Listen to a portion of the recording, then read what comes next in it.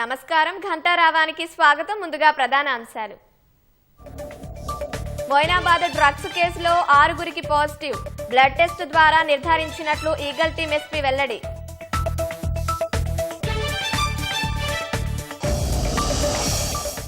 అభివృద్ధి జరగాలంటే డ్రగ్స్ ను అంతం చేయాలన్న కాంగ్రెస్, మాదక ద్రవ్యాలు సేవించిన వారిపై కఠిన చర్యలు తీసుకోవాలని డిమాండ్. యాదాద్రి జిల్లాలో పిల్లలను కత్తితో పొడిచి తల్లి ఆత్మహత్యాయత్నం, కుమార్తె మృతి, కుమారుడికి గాయాలు, ఆసుపత్రిలో చికిత్స. పుదుచ్చేరి సహా 4 రాష్ట్రాల్లో మోగనున్న ఎన్నికల నగారా, సాయంత్రం తేదీలను ప్రకటించనున్న కేంద్ర ఎన్నికల సంఘం.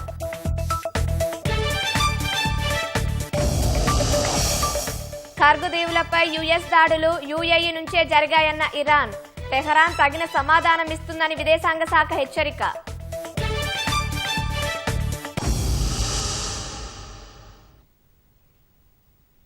డ్రగ్స్ తీసుకుంటున్నారనే సమాచారంతో ఫామ్ హౌస్ పై రైడ్ చేశామని ఈగల్ టీమ్ ఎస్పీ గిరిధర్ తెలిపారు. ఆ సమయంలోనే నమిత్ అనే వ్యక్తి కాల్పులు జరిపినట్లు వెల్లడించారు. డ్రగ్స్ టెస్టులో 5గురికి పాజిటివ్, 6గురికి నెగిటివ్ వచ్చినట్లు తెలిపారు. నిందితులపై ఎన్డీపీఎస్ చట్టం ప్రకారం చర్యలు తీసుకుంటామని స్పష్టం చేశారు.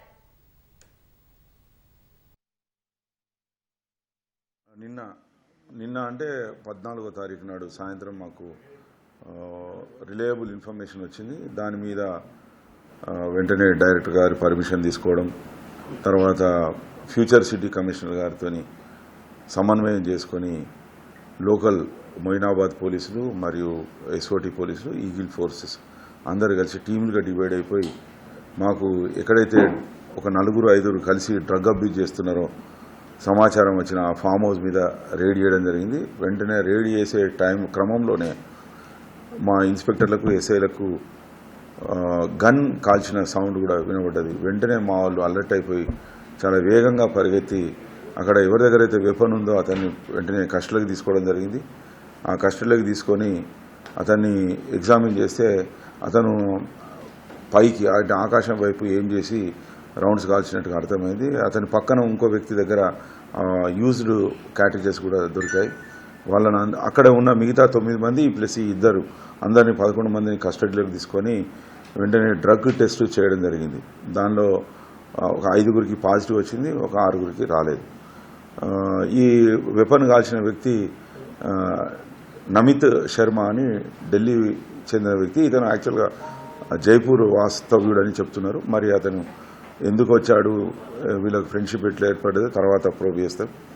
రెండోది, వెంటనే ఈ టెస్టులు జరిగిన తర్వాత ఫర్దర్గా ఆథెంటిసిటీ గురించి యాజ్ పర్ జీవో నంబర్ 4 ప్రకారంగా రాష్ట్ర ప్రభుత్వం తెలంగాణ గవర్నమెంట్ ఇచ్చిన జీవో నంబర్ 4 ప్రకారంగా వాళ్ళను గవర్నమెంట్ హాస్పిటల్లో తీసుకెళ్లి అక్కడ రక్త నమూనాలు కూడా తీసుకోవడం జరిగింది. తీసుకోవడం వల్ల ఇంకొక వ్యక్తి కూడా, అంటే ఎవరికైతే నెగిటివ్ వచ్చింది, యూరిన్ టెస్ట్లో నెగిటివ్ వచ్చిందో అతనికి బ్లడ్ టెస్ట్ ద్వారా పాజిటివ్ వచ్చింది. సో మొత్తంగా 6 వ్యక్తులు డ్రగ్ తీసుకున్నట్టుగా నిర్ధారణ అయింది. రెండోది, ఇంకా మిగతా 5 డ్రగ్ తీసుకున్నట్టుగా తెలిసింది. వీళ్ళందరినీ మొయినాబాద్ పోలీసులకు అప్పచెప్పడం జరిగింది. మొయినాబాద్ డీసీపీ సమక్షంలో వాళ్ళు ఫర్దర్గా చట్టబద్ధంగా యాక్షన్ తీసుకోవడం జరుగుతుంది. వాళ్ళని కోర్టు ముందర ప్రవేశపెట్టడం, ఇంకా ఎన్డీపీఎస్ చట్ట ప్రకారంగా తగిన చర్యలు తీసుకోవడం జరుగుతుంది. పాజిటివ్ వచ్చిన వాళ్ళు ఎవరెవరు ఉన్నారు? పాజిటివ్ వచ్చిన వాళ్ళలో రోహిత్ గారు ఒకరు, మహేష్ గారు, రితేష్, నమిత్, కౌశిక్, అర్జున్, ఈ 6 అందరికీ అక్కడ ఉన్న 11 మందికి నిక్కచ్చిగా టెస్టులు చేయడం జరిగింది. 2 దశల్లో టెస్టులు జరిగినాయి. 2 దశల్లో, ఒక దశలో 5గురికి, రెండో దశలో ఇంకొక అతను, అంటే ఆ 5 కాక ఇంకో అతనికి కూడా పాజిటివ్ వచ్చింది. నెగిటివ్ వచ్చిన వాళ్ళ పేర్లు మేము ఇచ్చేస్తాం తర్వాత. సార్, ఇప్పుడు కాల్పులు జరపడానికి గల కారణం ఏంటి సార్? మిమ్మల్ని పోలీసులు వచ్చారనా లేకపోతే ఇంకేదైనా? లేదు, పోలీసులు వచ్చారని వాళ్ళకి ఐడియా లేదు. మాకు ప్రాథమిక సమాచారం మేరకు ఎందుకు గాల్చారు అనేది మనకు కూడా తెలియదు. ఒకవేళ పోలీసులు వచ్చారని తెలిస్తే వెపన్ కూడా దాచిపెట్టే ప్రయత్నం చేస్తారు. అట్లా చేయలేదు. వాళ్ళు పట్టుకొని ఉండగానే మన వాళ్ళు పోయి పట్టుకున్నారు. రితేష్ రెడ్డి పేరు మీద ఉందండి. కాల్పులు జరిపింది వేరే వాళ్ళ సార్? కాల్పులు జరిపింది నమిత్ శర్మ అని ఢిల్లీ వాస్తవుడు అనేది ప్రాథమికంగా మనకు అర్థమైంది. ఎందుకంటే అతని హోల్డ్లోనే అతని చేతిలోనే వెపన్ ఉంది మనకు. ఈ పార్టీ ఆర్గనైజర్స్ ఈ రోహిత్ రెడ్డి అని ఇతని ఫామ్ హౌస్ అది కూడా మధ్యాహ్నం 3 గంటలకు ఒకరిద్దరు కలుసుకున్నారు. తర్వాత 1 గంటకు ఒకరు, తర్వాత 1 గంటకు అట్లా మొత్తం 11 మంది అక్కడ జమ అయ్యారు. ఇప్పుడు చెప్పలేము డ్రగ్, అది మనం FSLకు పంపిన తర్వాతనే నిర్ధారణ అవుతుంది. అది 1 గ్రామ్ వరకు ఉంటుంది, కొంత వాడినట్టుగా తెలుస్తుంది. సో డ్రగ్స్ మేము ఇక్కడ తీసుకోలేదు, సిమ్లాలో వేరే చోట్ల తీసుకుంటున్నాం అని చెప్తున్నారు. అందులో వాస్తవం ఎంత సార్? వాళ్ళు ఎక్కడ తీసుకుంటారు? డ్రగ్స్ అబ్యూజ్ చేసింది ఇక్కడ, ఒకరు ఇద్దరు గోవాలో కూడా అబ్యూజ్ చేసినట్టుగా చెప్తున్నారు. అది మనం ఇంకా ఇన్వెస్టిగేషన్లో భాగంగా మనం వర్క్ చేస్తే కానీ తెలియదు సార్. మొదటిసారి రెండోసారి దొరికితే వాళ్ళని బాధితులుగా చూస్తారు సాధారణంగా.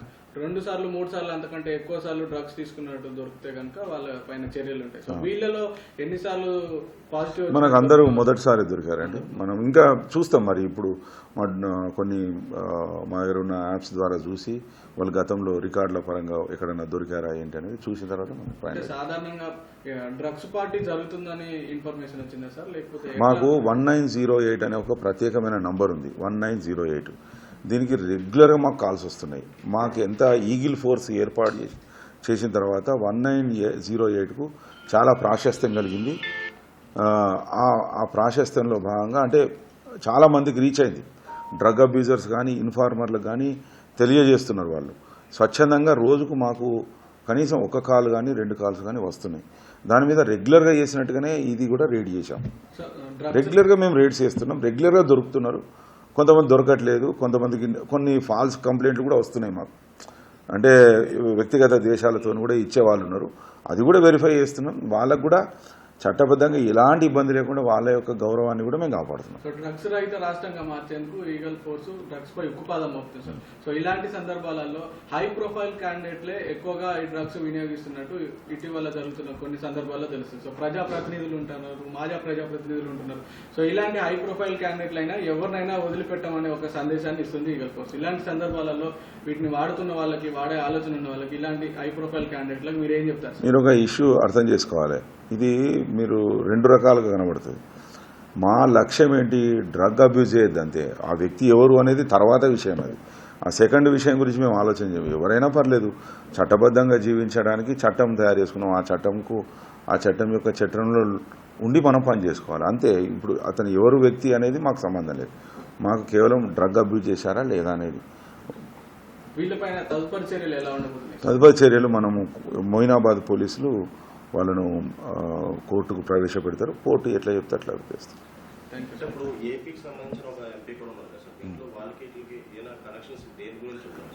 అది మనకు అక్కడ వాతావరణాన్ని చూసినప్పుడు, తర్వాత ఒక్కొక్క వ్యక్తి వచ్చి అదేనండి. ఇప్పుడు మనకు కూడా వేరే రాష్ట్ర పరిచయస్తులు ఉంటారు కదా, వేరే రాష్ట్రంలో ఉంటారు, బంధుత్వాలు కూడా వేరే రాష్ట్రాలతో ఉన్నాయి. అట్లే అలా పరిచయాలు ఉన్నాయి వాళ్ళకు. పర్పస్ ఏంటంటే ఫ్రెండ్లీగా జరిగినట్టుగా మాకు కనిపించింది. అక్కడ ఎటువంటి లావాదేవీలు జరిగినట్టుగా అయితే మేము గుర్తించలేదు. అది మాకు అర్థమైంది ఏంటంటే డ్రగ్ ఇన్ఫ్లుయెన్స్లో ఒక జోష్కి వచ్చి అతను ఫైర్ చేశాడనేది మేము ప్రాథమికంగా నిర్ధారణ. పోలీసుల మీద అటువంటి కాల్పులు ఏమి ప్రయత్నం చేయలేదు అక్కడ. ఎందుకంటే అక్కడ ఫైరింగ్ జరిగేటప్పుడు అక్కడ ఎవరు పోలీసులు లేరు. అంటే ఒక 50 మీటర్లు 60 మీటర్ల దూరంలో ఉన్నారు. అది వాళ్ళు గమనించని కూడా గమనించలేము మనం. సో మొయినాబాద్లో ఇలాంటి తరచూ డ్రగ్స్ పార్టీలు ఇలాంటివి జరుగుతున్నాయి. సో మొయినాబాద్ లాంటి ప్రాంతాల్లో నిఘా ఎలా ఉండబోతుంది? మొయినాబాద్ అనే కాదండి, రాష్ట్ర వ్యాప్తంగా ఈగిల్ ఫోర్సెస్ పనిచేస్తున్నాయి. ఈగిల్ ఫోర్సెస్తో పాటుగా లోకల్ పోలీసులకు under the abled leadership of the director sir and other officers we are conducting trainings, information కలెక్షన్కు రకరకాల మార్గాలు అవలంబిస్తున్నాం. 1908 మాకు ఫెచ్చింగ్ ఏర్పడ్డది. సో మేము 1908ను ఎక్కువ ప్రమోట్ చేస్తున్నాం. దాంతో ఇన్ఫర్మేషన్ మాకు వస్తుంది. ఎందుకంటే ఇన్ఫర్మేషన్ ఇచ్చిన వ్యక్తి యొక్క వివరాలు చాలా గోప్యంగా, అసలు చాలా అంటే చాలా గోప్యంగా పెడతాం. కాబట్టి వాళ్ళకు నమ్మకం ఏర్పడ్డది. మాకు డయల్ 100 మీద కూడా మనం ఎవరికి చెప్పం. డయల్ 100 లాగానే ఇది కూడా 1908 పనిచేస్తుంది మనకు. మొయినాబాద్ డ్రగ్స్ కేసుపై కేటీఆర్ బృందం సమాధానం చెప్పాలని పీసీసీ చీఫ్ మహేష్ కుమార్ గౌడ్ ప్రశ్నించారు. డ్రగ్స్ కేసుపై మహేష్ కుమార్ గౌడ్ స్పందించారు. ఈగల్ బృందం తన పని తాను చేసుకుపోతోందని, ఇందులో ఎలాంటి రాజకీయం లేదన్నారు.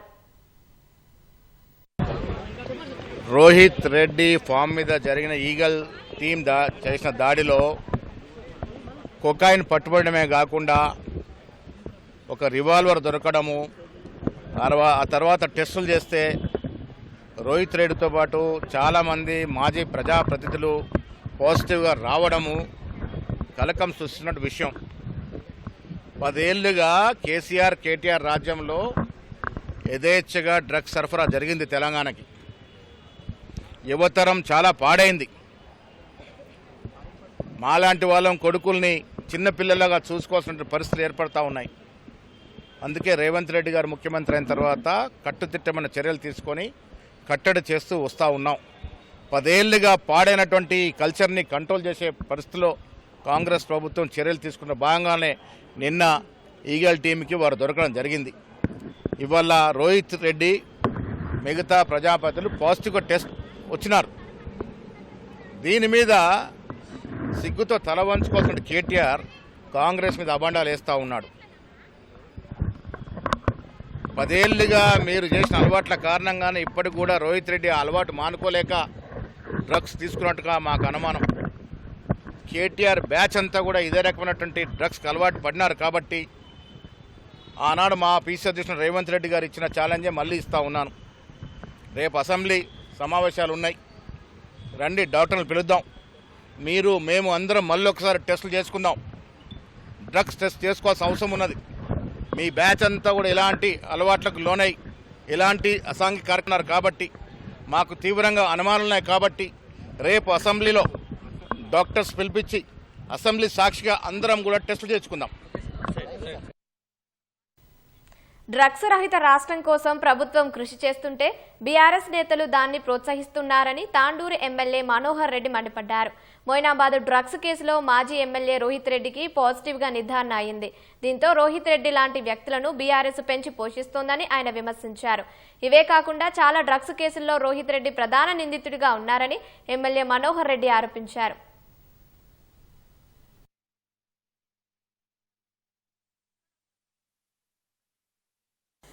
మనం చూసినాం గతంలో 6 నెలల కింద దుబాయ్లో కూడా ఒక కేదార్నాథ్ కేసు జరిగింది. దాంట్లో కూడా ప్రముఖంగా ఈ మన పైలట్ రోహిత్ రెడ్డి గారే ఉన్నాడు, మాజీ ఎమ్మెల్యే. ఇలాంటివి ఎన్నో కేసులు, కోకొల్లల కేసులు. ఆ కేసులే కాకుండా రాత్రి కూడా మనకు రెడ్ హ్యాండెడ్గా డ్రగ్స్ తీసుకుంటూ దానికి టెస్ట్ చేస్తే కూడా ఈరోజు పాజిటివ్గా కూడా ఇప్పటికే అధికారులందరూ కూడా దాన్ని ధృవీకరించడం జరిగింది. ఇలాంటి వ్యక్తులని ఇంకా బీఆర్ఎస్ వాళ్ళు పెంచి పోషిస్తూ ఉన్నారంటే మనమంతా కూడా సభ్య సమాజం ఈరోజు తలదించుకునే విధంగా ఈరోజు బీఆర్ఎస్ నాయకులు దీనికి సమాధానం చెప్పాలా. మేము డ్రగ్స్ రహితంగా మేము చాలా కష్టపడ్డాం, డ్రగ్స్ అంటేనే మాకు తెలియదని చెప్పి ఎన్నో నీతులు ఎన్నో మాటలు మాట్లాడారు కేటీఆర్ గారు. ఈరోజు నీ అన్నింగ శిష్యుడు ఈరోజు ఇదే రోహిత్ రెడ్డి. డ్రగ్స్ని ఇప్పుడు ఎంత దీన్ని యువతను చిరగొట్టాలి, నీవే కాకుండా వీళ్ళే కాకుండా యావత్ తెలంగాణ ముఖ్యమంత్రి గారు కష్టపడి డ్రగ్స్ లేని తెలంగాణ, డ్రగ్స్ రహిత తెలంగాణ జీతమని చెప్తే మీరు దీన్ని ఇంకా ప్రోత్సహించుకుంటా వివిధ రాష్ట్రాల నుంచి తీసుకొచ్చి ఇక డ్రగ్స్ని ఏ విధంగా తెలంగాణలో మనం ఇంప్లిమెంట్ చేయాలా, యువతను చెడగొట్టాలనే ఉద్దేశంతో మీరు ఈ విధంగా హంగామా చేస్తూ ఉన్నారు. రాత్రి జరిగింది నేను గట్టిగా చెప్పదలుచుకున్నా. రాత్రి ఏదో ఒక చిన్న పార్టీ కాదు, అది ఒక పెద్ద డ్రగ్స్ మాఫియా ఉన్నది వీళ్ళ వెంబడి. వాళ్ళందరినీ కూడా బయటికి తీసుకురావాల్సిన అవసరం అధికారులు ఇప్పటికే వాళ్ళు ఏర్పాటు చేస్తూ ఉన్నారు. ఖచ్చితంగా పెద్ద రాకెట్ వీళ్ళ ఎంబడి, ఈ రాకెట్ ఎంబడి ఎవరెవరో ఉన్నారో వాళ్ళందరూ కూడా త్వరలోనే బయటకు వస్తారు. ఖచ్చితంగా మళ్ళీ మనం ఇక్కడనే కూర్చొని ఆ పేర్లు కూడా చెప్పుకుంటాం.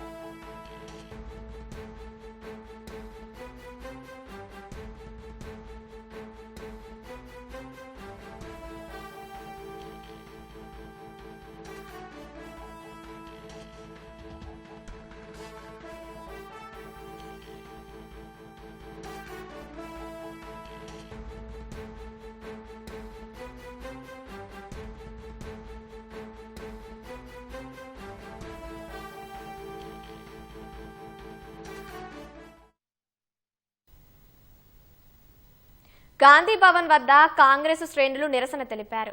కాంగ్రెస్ ఎమ్మెల్సీ బల్మూరి వెంకట ఆధ్వర్యంలో ఆందోళన చేశారు. నో డ్రగ్స్ సేవ్ తెలంగాణ అంటూ కాంగ్రెస్ శ్రేణులు నినాదాలు చేశారు.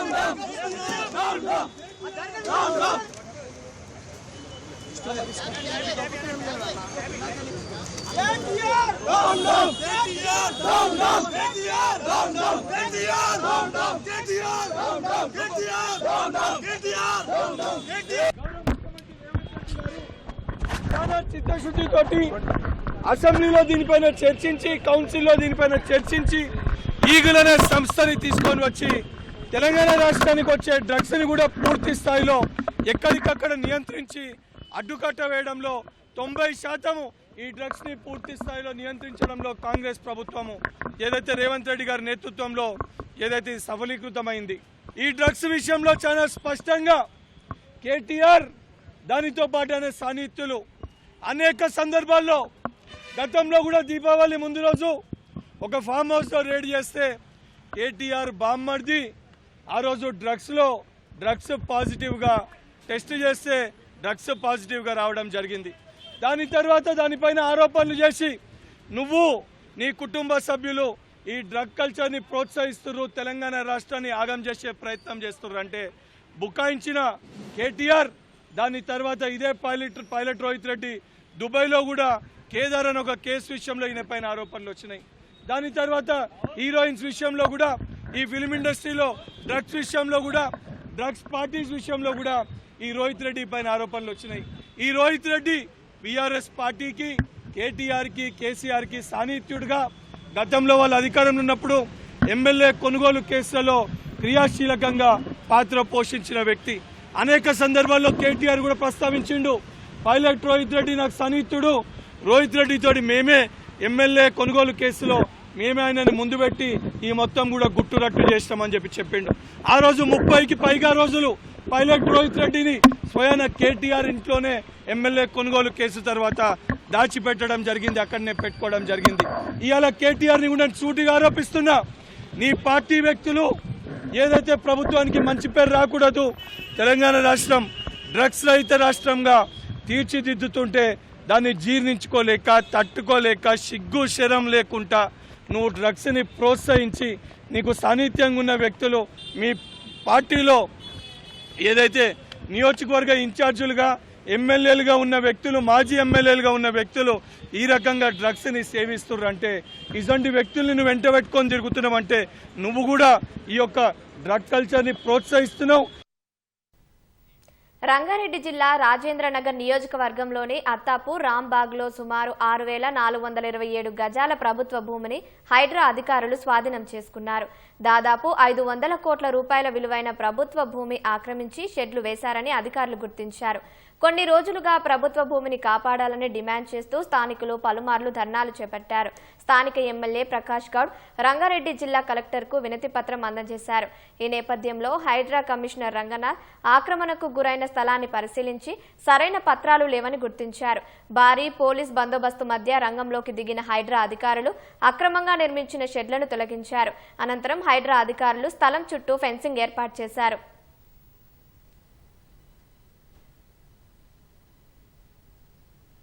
యాదాద్రి జిల్లాలో విషాదం చోటు చేసుకుంది. భువనగిరి మండలం తుక్కపురంలో కూతురు కుమారుడిని కత్తితో పొడిచి తల్లి ఆత్మహత్యకు యత్నించింది. దాడిలో కుమార్తె కృతిరెడ్డి ప్రాణాలు కోల్పోయింది. కుమారుడు తప్పించుకుని ఆసుపత్రిలో చికిత్స పొందుతున్నాడు. అనంతరం తల్లి నీలిమ ఉరేసుకొని ఆత్మహత్య యత్నం చేసుకుంది. గమనించిన స్థానికులు ఆసుపత్రికి తరలించారు. బీబీనగర్ మండలం జైనపల్లికి చెందిన బెజ్జంకి నరేందర్ రెడ్డితో భార్య నీలిమకు మధ్య కొన్ని రోజులుగా గొడవలు జరుగుతున్నాయి. నిన్న రాత్రి తన పిల్లలను తీసుకుని నీలిమ తన పుట్టింటికి వచ్చింది. తెల్లవారుజామున ఈ దారుణానికి ఒడిగట్టింది. నీలిమ మానసిక పరిస్థితి సరిగా లేకనే దాడికి పాల్పడినట్లు బంధువులు అంటున్నారు. ఘటనపై పోలీసులు కేసు నమోదు చేసుకుని దర్యాప్తు చేస్తున్నారు.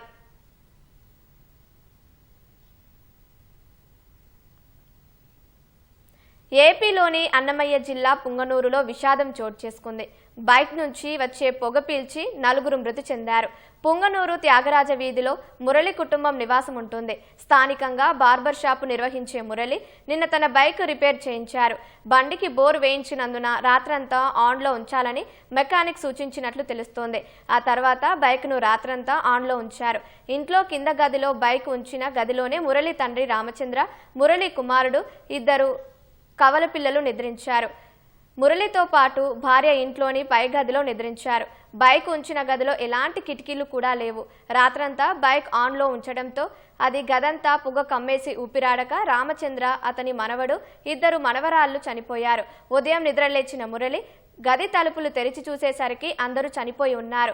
కుటుంబంలో 4 మృతి చెందడంతో పుంగనూరు త్యాగరాజ వీధిలో విషాద ఛాయలు అలుముకున్నాయి. కుటుంబ సభ్యుల రోదనలు విన్నంటాయి. ఊపిరాడకనే 4 చనిపోయినట్లు తెలుస్తోందని పోలీసులు ప్రాథమికంగా నిర్ధారించారు. కేసు నమోదు చేసుకుని దర్యాప్తు చేస్తున్నారు. ఈ మురళి తండ్రి పేరు రామచంద్ర అనే వ్యక్తి 40 సంవత్సరాలు. ఇతను బార్బర్ షాప్ పెట్టుకుని జీవిస్తూ ఉంటాడు.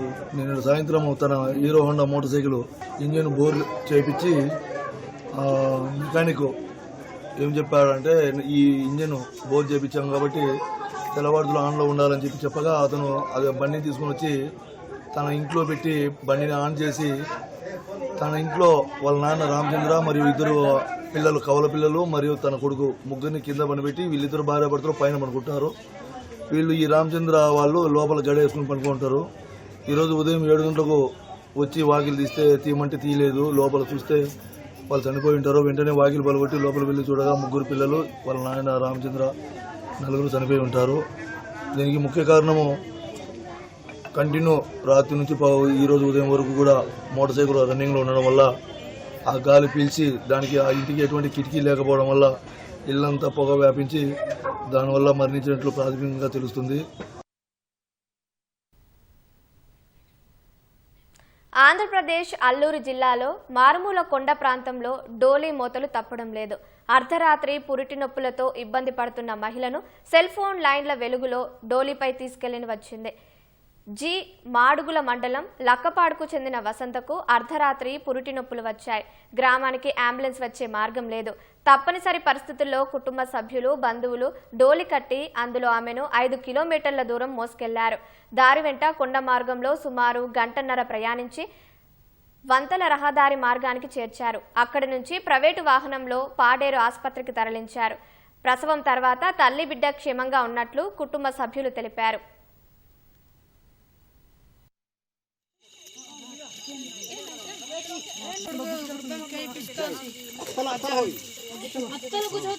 ತಿನ್ನ ನಾಚ ನೋಡ್ತಿರುವ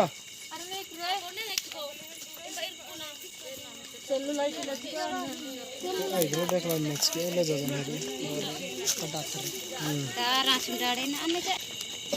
చాలు లైట్ ఆడికి ఏదైనా తిన్న అడిగాను.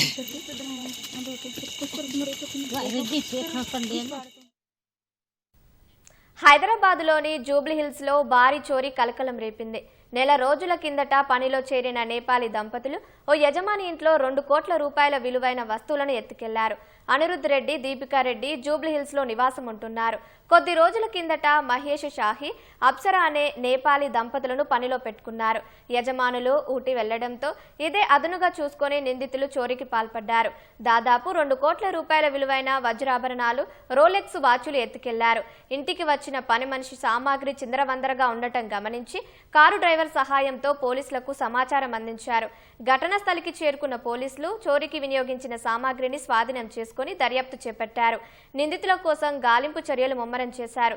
నెల రోజుల వ్యవధిలోనే జూబ్లీహిల్స్ లో మరోసారి నేపాలీ గ్యాంగ్ చోరీ చేయడం పాల్పడడం స్థానికంగా ఆందోళన కలిగిస్తోంది.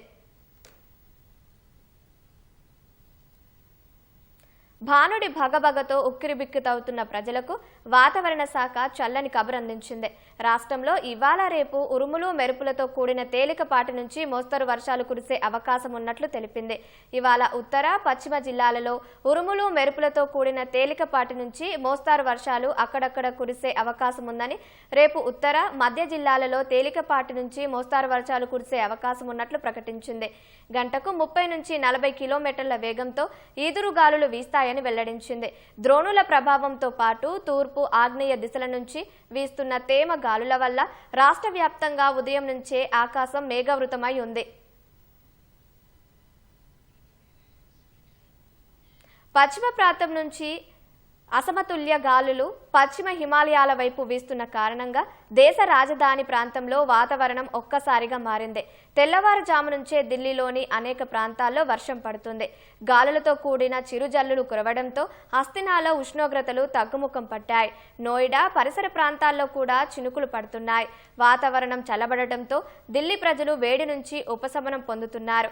దేశ రాజధానిలో కొన్ని రోజులు ఉష్ణోగ్రతలు తక్కువగానే నమోదవుతాయని వాతావరణ విభాగం అంచనా వేసింది.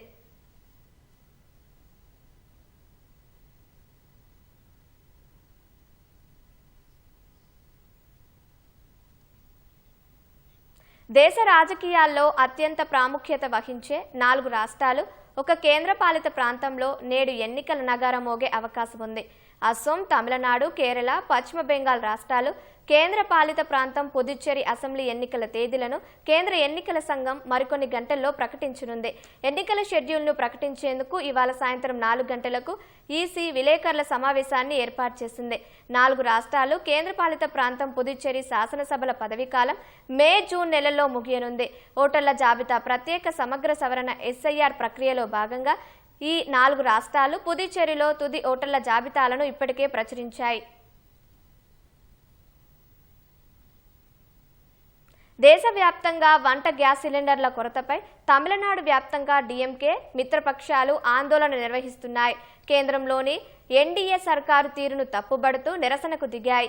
ఎన్డీఏ ప్రభుత్వం తప్పుడు విధానాలు, ముందస్తు జాగ్రత్తలు తీసుకోకపోవడం వల్లే ప్రస్తుతం దేశవ్యాప్తంగా వంట గ్యాస్ కొరత ఏర్పడిందని ఆరోపించాయి.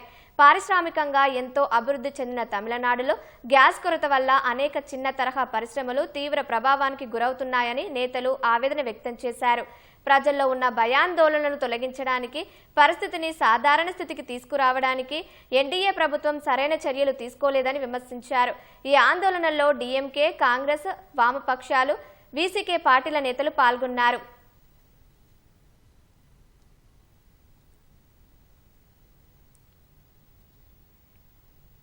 పశ్చిమాసియా పరిస్థితుల ప్రభావం అన్ని రంగాలపై గట్టిగానే పడింది. వాటర్ బాటిళ్ల తయారీకి వినియోగించే ముడి సరుకు ధరలు అమాంతం పెరిగాయి. దీనివల్ల ప్యాకేజ్డ్ డ్రింకింగ్ వాటర్ బాటిల్ యూనిట్లు మూతపడే స్థితికి చేరాయి.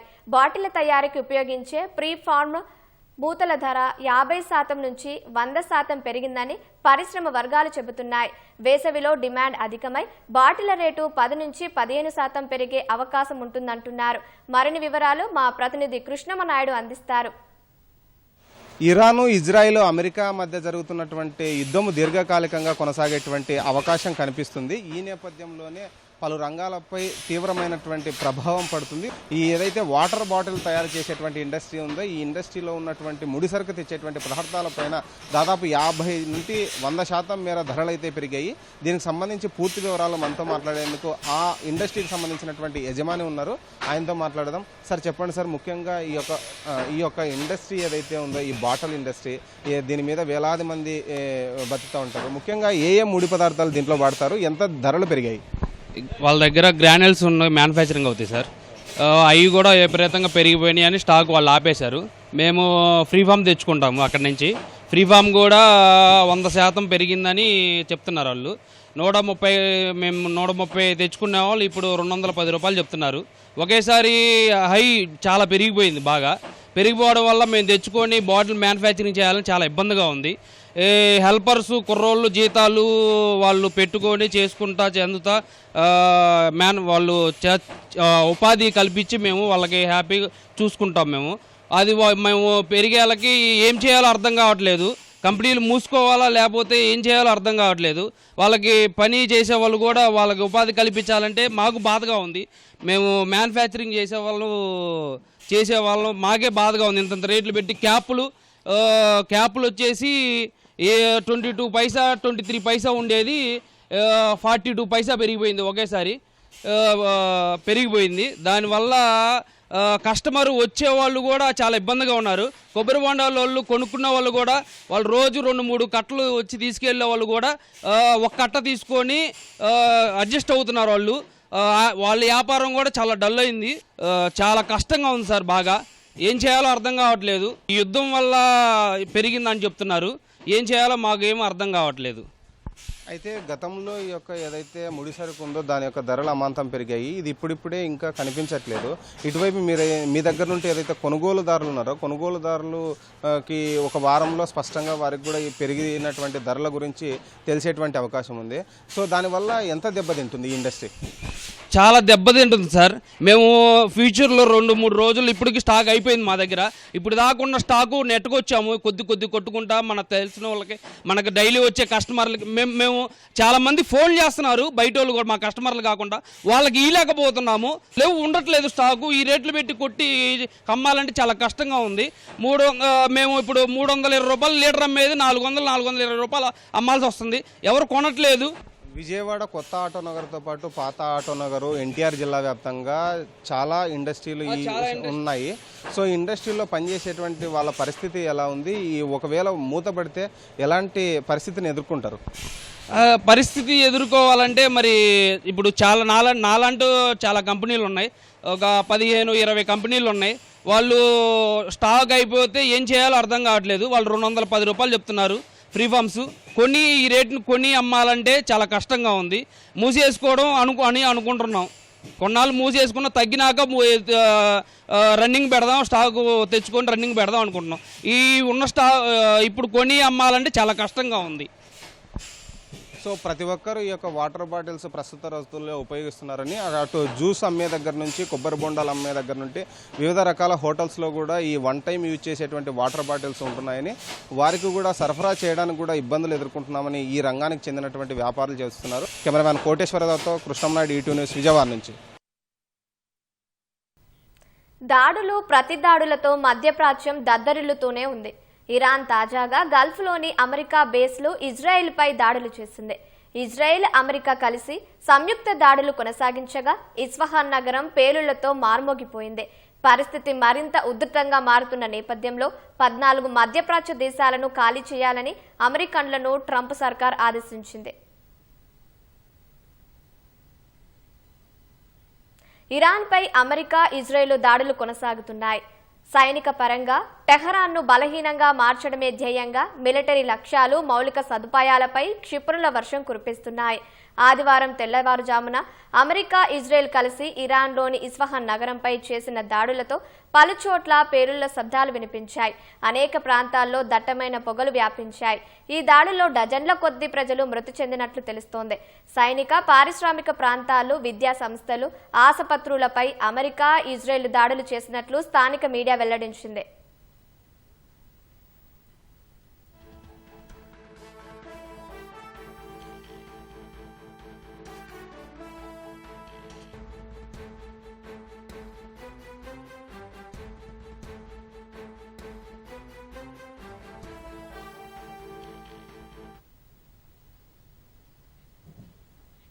ఇరాన్కు చెందిన Islamic Revolutionary Guard Corps IRGC 51వ విడత దాడులను చేసినట్లు ప్రకటించింది. సౌదీలో అల్ ఖర్జ్ బేస్, UAEలోని అల్ దఫ్రా, ఫుజైరా, కువైట్, జోర్డాన్లోని అమెరికా సైనిక స్థావరాలే లక్ష్యంగా దాడులు చేసినట్లు పేర్కొంది. గల్ఫ్ ప్రాంతంలో పనిచేస్తున్న అమెరికన్ బ్యాంకుల శాఖలపై కూడా దాడులు విస్తరిస్తామని IRGC హెచ్చరించింది. అమెరికా, ఇజ్రాయెల్ తమ పారిశ్రామిక కేంద్రాలపై దాడులు చేస్తున్నాయని ఆరోపించిన ఇరాన్, అమెరికా తన పరిశ్రమలను మధ్యప్రాచ్యం నుంచి ఖాళీ చేయాలని డిమాండ్ చేసింది. మధ్యప్రాచ్యం సురక్షితంగా ఉండాలంటే అమెరికా ఇక్కడ ఉండకూడదని ఇరాన్ అధ్యక్షుడు మసూద్ పెజెష్కియాన్ ఎక్స్లో పోస్టు చేశారు.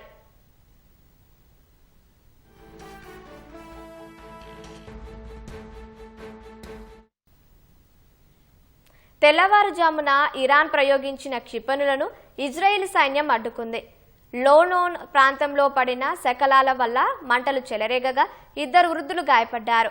అలైట్ నగరంలో జరిగిన క్లస్టర్ బాంబు దాడిలో 12 ఏళ్ల బాలుడు సహా పలువురు గాయపడ్డారు. ఇరాన్ క్షిపణి దాడి కారణంగా మధ్య ఇజ్రాయెల్ అంతటా వైమానిక దాడి సైరన్లు మోగాయి. భారీ పేలుడు శబ్దాలు వినిపించాయని ఇజ్రాయెల్ వార్తా సంస్థ ఛానల్ 12 తెలిపింది. మధ్య ఇజ్రాయెల్లో క్షిపణి శకలాలు పడినట్లు తెలిపింది. బాంబు షెల్టర్లకు వెళ్లే క్రమంలో గాయపడిన 4 వ్యక్తులకు ఇజ్రాయెల్ అంబులెన్స్ సర్వీసు చికిత్స అందించిందని పేర్కొంది.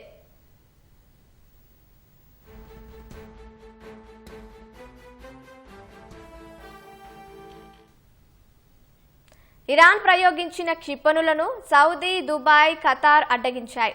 రియాద్ తూర్పు ప్రాంతాలలో దూసుకొచ్చిన 7 డ్రోన్లను అడ్డుకుని ధ్వంసం చేసినట్లు సౌదీ రక్షణ మంత్రిత్వ శాఖ తెలిపింది. తాము క్షిపణులు అడ్డగించడం వల్లే మెరీనా, అల్ సుఫైహ్ ప్రాంతాల్లో భారీ శబ్దాలు వినిపించాయని దుబాయ్ మీడియా ఆఫీస్ ఎక్స్లో పోస్టు చేసింది. ఇరాన్ నుంచి వస్తున్న క్షిపణి, డ్రోన్ దాడులను తమ గగనతల రక్షణ వ్యవస్థలు అడ్డుకుంటున్నాయని యుఏఈ రక్షణ మంత్రిత్వ శాఖ తెలిపింది. జోర్డాన్లోని అకాబాలో వైమానిక దాడి సైరన్లు మోగాయి. బహ్రెయిన్ అంతర్గత మంత్రిత్వ శాఖ దేశవ్యాప్తంగా సైరన్లను క్రియాశీలం చేసింది. పౌరులందరూ ప్రశాంతంగా ఉండాలని, అందుబాటులో ఉన్న సురక్షిత ప్రాంతాలకు చేరుకోవాలని విజ్ఞప్తి చేసింది.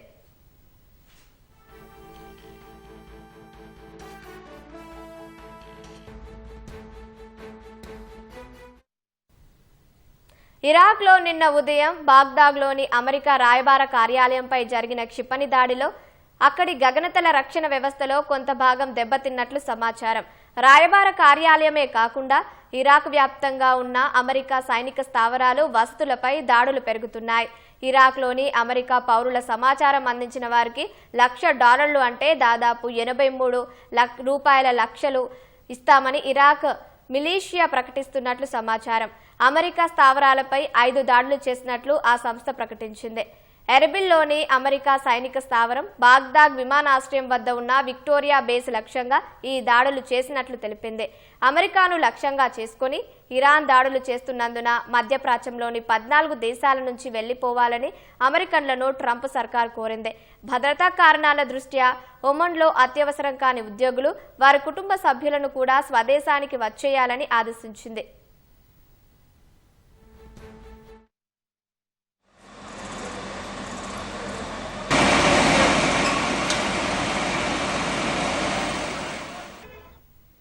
దక్షిణ లెబనాన్లోని ఒక ఆరోగ్య కేంద్రంపై ఇజ్రాయెల్ జరిపిన దాడిలో వైద్యులు, నర్సులతో సహా 12 మంది వైద్య సిబ్బంది మరణించారు. ప్రపంచ ఆరోగ్య సంస్థ WHO చీఫ్ టెడ్రోస్ ఈ దాడిని తీవ్రంగా ఖండించారు. ఇజ్రాయెల్ సైనికులపై రాకెట్, ఫిరంగి దాడులు చేసినట్లు హెజ్బొల్లా వెల్లడించింది. మధ్యప్రాచ్యంలో ఉద్రిక్తతల కారణంగా Bahrain, Saudi Arabia grand pre racing ఈవెంట్లను అధికారికంగా రద్దు చేసినట్లు ఫార్ములా 1 ప్రకటించింది. ఇవి ఏప్రిల్ 12, ఏప్రిల్ 19వ తేదీల్లో జరగాల్సి ఉంది.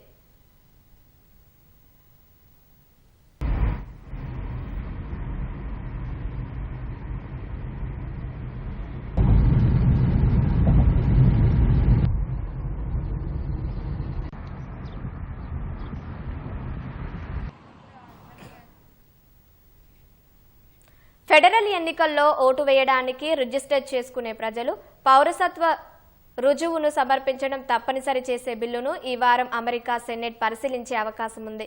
ఈ బిల్లు తన మొదటి ప్రాధాన్యత అని అధ్యక్షుడు డొనాల్డ్ ట్రంప్ చెబుతున్నారు. సేవ్ అమెరికా చట్టం ప్రకారం ఓటర్లు తమ ఓటు హక్కును వినియోగించుకునే ముందు ఫోటో గుర్తింపు కార్డు సమర్పించాలి. పోస్టల్ ఓట్లను కేవలం వికలాంగులు, అనారోగ్యంతో ఉన్నవారు, సైన్యంలో పనిచేసేవారు లేదా ప్రయాణంలో ఉన్నవారికి మాత్రమే పరిమితం చేయాలని బిల్లులో ప్రతిపాదించారు. భారత్, బ్రెజిల్ దేశాలు ఇప్పటికే ఓటరు గుర్తింపు కార్డులను బయోమెట్రిక్ డేటాబేస్తో అనుసంధానించాయి.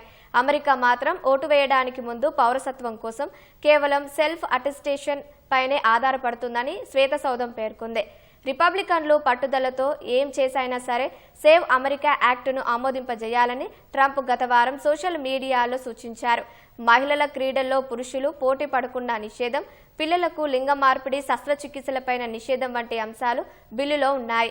100 మంది సభ్యులున్న సెనెట్లో రిపబ్లికన్లకు 53 మందితో మెజార్టీ ఉంది. అయితే బిల్లు ఆమోదం పొందడానికి అవసరమైన 60 ఓట్ల మద్దతు వారికి లేదు. రిపబ్లికన్ సెనేటర్లలో ఒక వర్గం కూడా ఈ చట్టంపై ఆందోళన వ్యక్తం చేస్తుంది. ఈ నేపథ్యంలో బిల్లు ఆమోదం అంత సులభం కాదని తెలుస్తోంది. అమెరికాలోని మిచిగాన్లో బలమైన గాలులకు ఆస్తి నష్టం వాటిల్లింది. వేలాది ఇళ్లకు విద్యుత్ సరఫరా నిలిచింది. మిచిగాన్లోని హారిసన్ టౌన్షిప్లో శుక్రవారం వీచిన బలమైన గాలుల ధాటికి అనేక వృక్షాలు నేలకొరిగాయి. పలు చోట్ల ఇళ్లు, ఇతర నివాసాలు దెబ్బతిన్నాయి. గ్రేట్ లేక్స్ ప్రాంతం నుంచి తూర్పు వైపునకు వీచిన బలమైన గాలుల వల్ల శనివారం రాత్రి లక్షలాది మంది చీకట్లోనే గడపాల్సి వచ్చింది. ఓహియో, పెన్సిల్వేనియా, మిచిగాన్ రాష్ట్రాల్లో సుమారు 3,46,000 మంది వినియోగదారులకు విద్యుత్ సరఫరా పునరుద్ధరించలేదు. గ్రేట్ లేక్స్ ఈశాన్య ప్రాంతాల్లో బలమైన గాలులు విధ్వంసం సృష్టిస్తే హవాయిలో కుండపోత వర్షాలు కురుస్తున్నాయి. మిన్నెసోటాలోని పలు నగరాల్లో మంచు కారణంగా ఇప్పటికే ఎమర్జెన్సీ ప్రకటించారు. నేటి నుంచి ఈ సీజన్లోనే అత్యంత భారీ స్థాయిలో మంచు కురిసే అవకాశం ఉందని అమెరికా వాతావరణ శాఖ హెచ్చరించింది.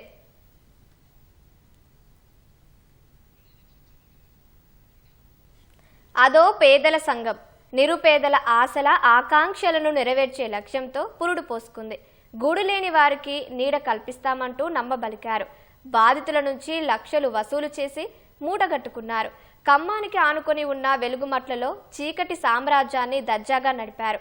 భూదాన్ భూముల్లో వెలిసిన నిర్మాణాలు అక్రమమని తేల్చిన సర్కార్ వాటిని కూల్చేసిన తర్వాత అనేక కొత్త కోణాలు వెలుగులోకి వస్తున్నాయి. వెలుగుమట్లలో సంఘం పేరిట సాగిన వసూళ్ల దందా నివ్వెరపరుస్తోంది.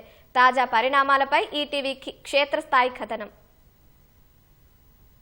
వెలుగుమట్ల భూదాన్ భూముల్లో అనేక చీకటి కోణాలు వెలుగులోకి వస్తున్నాయి. 9 ఏళ్లుగా నిరుపేదల సంఘం పేరిట సంఘం సృష్టించిన అరాచకాలు ఆగడాలు ఒక్కొక్కటిగా వెలుగులోకి వస్తున్నాయి. నిరుపేదలకు గూడు కల్పిస్తామంటూ వాళ్ళ ఆశయాలను ఆసరాగా చేసుకొని సంఘం సృష్టించిన ఆగడాలు ఇప్పుడు విస్తుపోయేలా ఉన్నాయి. ఏ బాధితుని కదిలించినా కన్నీటి గాథలే కష్టాల కథలే వినిపిస్తున్నాయి. ఖమ్మాన్ని ఆనుకుని కొత్త కలెక్టరేటుకు కూతవేటు దూరంలో 10 ఏళ్లుగా సాగిన అరాచక పర్వం బాధితులకు కంటిమీద కునుకు లేకుండా చేస్తుంది. నిరుపేదలకు సొంతింటి కల నెరవేరుస్తామంటూ పుట్టుకొచ్చిన సంఘం ఏకంగా వేలాది మందిని నిలువునా దగా చేసింది. వెలుగుమట్ల రెవెన్యూ పరిధిలో 147, 148, 149 సర్వే నంబర్లలోని భూదాన్ భూముల్లో అక్రమంగా నిర్మించుకున్నారంటూ ప్రభుత్వం గత నెల 24న ఇళ్లను నేలమట్టం చేసింది. రెక్కల కష్టమంతా అక్రమార్కుల పాలై నిలువ నీడ లేకుండా నిరుపేదలు రోడ్డున పడ్డారు.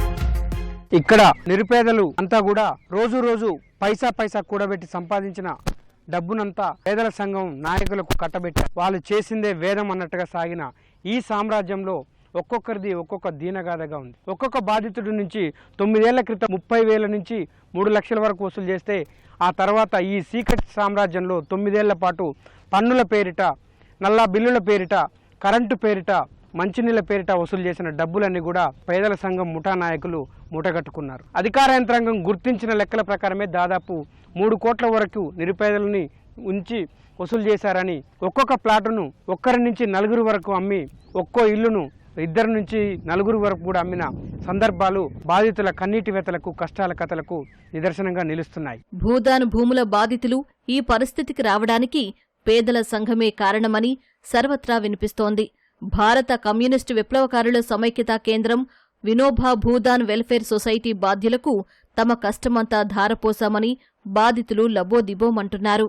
నేను కవితకి 50,000 కట్టాను. ఫస్ట్ 4 రోజులు పోయినాయి. 4 సంవత్సరాలకు కూడా అడిగాను, నువ్వెవరో నాకు తెలవదు అన్నది. పక్కనే మళ్ళీ ఇయ్యట్లేదు అని చెప్పి బలిసీనికి 2,5 లక్షలు పెట్టి అలా అమ్ముతుంటే కొన్నా. కాగితాలు ఇంతవరకు ఇయ్యలే నాకు. ఆయనకు 2,5 లక్షలు కట్టినా ఈమెకు 50,000 కట్టా. ఇప్పుడు నా దగ్గర రూపాయి లేదు.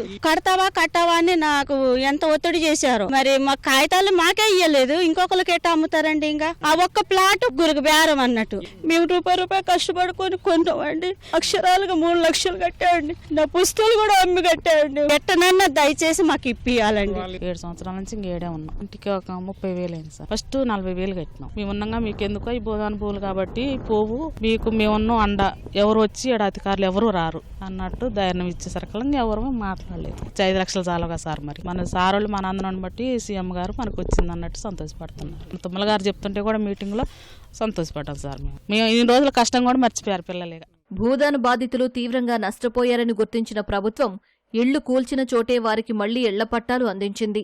గృహాలు నిర్మించుకునేందుకు ఇందిరమ్మ ఇళ్ల పథకంలో భాగంగా 5 లక్షలు అందిస్తోంది. వసూళ్ల ముఠాను మాత్రం ఎట్టి పరిస్థితుల్లో వదిలిపెట్టొద్దని బాధితులు డిమాండ్ చేస్తున్నారు. మేము వచ్చి 9 సంవత్సరాలు అవుతుంది ఇక్కడే. ఇప్పటి నుంచి కరెంట్ లేదు, నీళ్ళు లేవు, ఏం లేవు. ఇప్పుడు కరెంట్ కూడా సంవత్సరం అవుతుంది, పొయ్యి కూడా ఫస్ట్ ఫ్లాట్కి ఒక 50,000 తీసుకున్నారు. పార్టీ పన్ను అని నెలకి వాటర్ బిల్ అని అట్లా తీసుకున్నారు. మన దగ్గర 4 లక్షలు పెట్టి మేము కట్టుకున్నాం. ₹1,00,000 ఇచ్చినాం వాళ్ళకి. ఒకళ్ళని కాదు, ఒక 10 మంది ఉంటారు. అక్కడ చెప్తారు మీ ఫ్లాట్లు మీకు వస్తాయి, మీరు భయపడొద్దు అది అని చెప్పి చెప్తారు. మేము అసలు గుట్ట మీద స్టార్టింగ్ 10 సంవత్సరాలు అయింది, 10-12 దాకా అయినాయి. మా కష్టార్థం కాకనే 4 గదులు వేసుకున్నాం. బల్లిసీన్ అని మరి ప్యాట్లు ఇస్తున్నారు, బోధాన భూమి అని చెప్పారు. కానీ పట్టా ఇవ్వమంటే అవి బోధాన భూమి లేట్ అయితే అని చెప్పారు. చెప్పి ఇట్లా మోసం చేశారు. ఇప్పుడు కట్టిన డబ్బులు పోయినాయి, ఇల్లు కట్టుకున్న డబ్బులు పోయినాయి. చివరికి అసలు ఏడవాలో తెలియట్లా, ఏమి చేయాలో తెలియదు. ఇప్పుడు పెళ్లి వయసుకు వచ్చారు మా పిల్లలు. ఇట్లా ఇద్ది మరి ఎట్లా పోతాయి, మరి మీ డబ్బులు మీకు ఒప్పందం చేస్తాం, మీరు ఇల్లులు కట్టుకోకుండా ఉండండి అనే మాట అయితే మాకు చెప్పలేదు సార్. పనికి పోయి వచ్చిన డబ్బులు ఇంట్లో కూర వండుకోపోయినా కూడా డబ్బులు పెట్టి నీళ్లు కొనుక్కొని తాగి బతికినాం ఈ గుట్ట మీద. మాకు ఎప్పుడైనా ప్రభుత్వం అండగుండి మాకు ఇప్పుడంటే నష్టపోయాను, మరి ఆ నష్టాన్ని మాకు గట్టించి మాకు మంచి ఫలితం చేయాలని కోరుకుంటాను. భూదాన్ బాధితుల నుంచి ఫిర్యాదులు స్వీకరించిన పోలీసులు 3 అధికారులతో లోతైన విచారణ జరుపుతున్నారు. వసూళ్లకు పాల్పడ్డ సొమ్మును రికవరీ చేస్తామని పోలీస్ శాఖ చెబుతోంది. మోసపోయిన వాళ్లను రక్షిస్తామని, బాధ్యులను శిక్షిస్తామని ఇటీవల మంత్రి తుమ్మల నాగేశ్వరరావు ప్రకటించారు. మీ దగ్గరికి మళ్ళీ వచ్చి పాత బాకీ ఇయ్యాలా, నువ్వు కొద్దిగా ఎగ్గొట్టినవు అని వస్తే ఈ కమిషనర్ పోలీస్ కమిషనర్ ఈయనకు చెప్పండి. ఇప్పుడు వరకు మీరు ఎవరెవరికి డబ్బులు ఇచ్చారు, ఎంత ఇచ్చారో కూడా లెక్కుంటే ఇవ్వండి. పేదవాళ్ళం ఇవ్వడం కూడా అబద్ధం ఆడం. వాళ్ళు దొరికినప్పుడు ఏం చేయాలో ఎట్ట చేయాలో పోలీసు చూసుకుంటుంది. వాళ్ళని ఏ రకంగా చట్ట ప్రకారంగా శిక్షించవచ్చో చూడమని చెప్పాను. మిమ్మల్ని మోసం చేసినోడు ఎవడు కూడా మళ్ళీ బట్ట కట్టకూడదు. ప్రభుత్వ అవకాశాలతోటి మనం బతకాలి, ప్రభుత్వ ఆదేశాలతో ఉండాలి, ప్రభుత్వ అధికారులు మాట నమ్మాలి. ఏదేమైనప్పటికీ 9 ఏళ్ల పాటు చీకట్లను మగ్గిన భూదాన్ భూముల బాధితుల బతుకులు మళ్లీ వెలుగుల వైపు పయనిస్తున్నాయని చెప్పడంలో ఎటువంటి సందేహం లేదు. ప్రభుత్వం తీసుకున్న చొరవను ఇప్పుడు అభినందిస్తున్నారు. ఇళ్ల స్థలాలుతో పాటు ఇందిరమ్మ ఇల్లు కేటాయించడంతో బాధితులు ఇప్పుడు హర్షాతిరేకాలు వ్యక్తం చేస్తున్నారు. మళ్లీ ప్రభుత్వం ఆసరాగా నిలిచింది, అండగా నిలిచిందని చెప్పి బాధితులు ఆనందం వ్యక్తం చేస్తున్నారు. వెలుగుమట్ల బాధితుల బతుకుల్లో ఇప్పటికైనా చీకట్లు తొలగిపోవాలని, వాళ్ళ బతుకులు మళ్లీ వెలుగుల వైపు పయనించాలని మనము ఆశిద్దాం, ఆకాంక్షిద్దాం. కెమెరామెన్ చందుతో లింగయ్య, ఈటీవీ, ఖమ్మం. వరుస సినిమాల విజయాలతో సంచలనంగా మారిన ఈటీవీ విన్ నుంచి మరో విజయవంతమైన వెబ్ సిరీస్ ప్రేక్షకులను పలకరించేందుకు సిద్ధమైంది. విరాజ్ అశ్విన్ కథానాయకుడిగా ఈటీవీ విన్ ఒరిజినల్ ప్రొడక్షన్స్ పతాకంపై శరత్ నాయుడు నిర్మించిన గుర్తుకొస్తున్న ఈ సిరీస్ ఫస్ట్ గ్లిమ్స్ ను చిత్ర బృందం హైదరాబాద్ ప్రసాద్ ప్రివ్యూ థియేటర్లో విడుదల చేసింది. మైత్రి మూవీ మేకర్స్ నిర్మాతల్లో ఒకరైన నవీన్ ఎర్నేని ముఖ్య అతిథిగా హాజరై ఈటీవీ విన్ విజయాల పట్ల హర్షం వ్యక్తం చేశారు.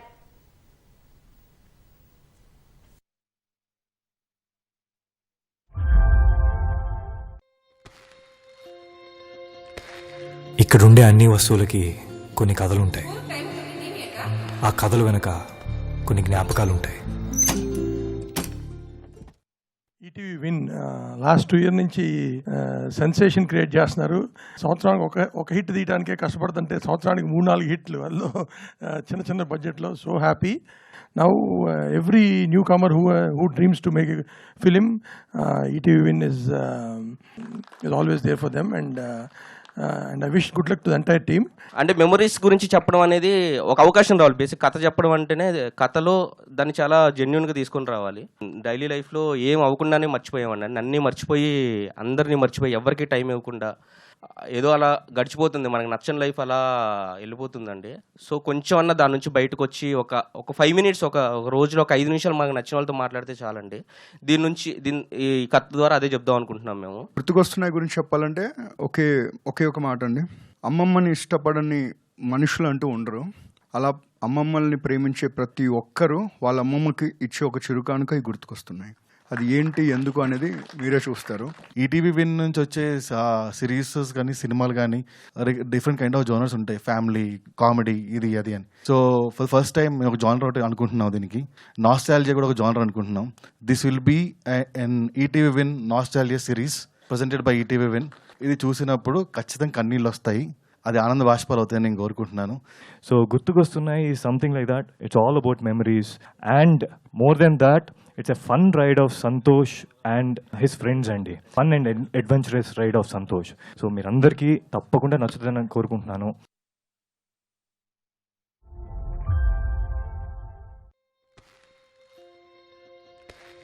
ఇక్కడుండే అన్ని వస్తువులకి కొన్ని కథలుంటాయి. ఆ కథలు వెనక కొన్ని జ్ఞాపకాలు ఉంటాయి. మా అమ్మమ్మ ఎప్పుడూ చెప్తూ ఉండేది, ఇది పాత సామాన్ల గది కాదు, ఒక జ్ఞాపకాల నిధి అని. హలో సంతోష్, ఏం చేస్తున్నావు?